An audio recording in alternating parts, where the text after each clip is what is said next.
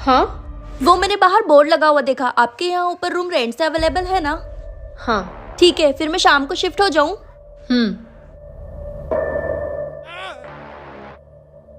यार, ये कैसी आवाजें आ रही है? लगता है कुछ गड़बड़ है, पूछती हूँ।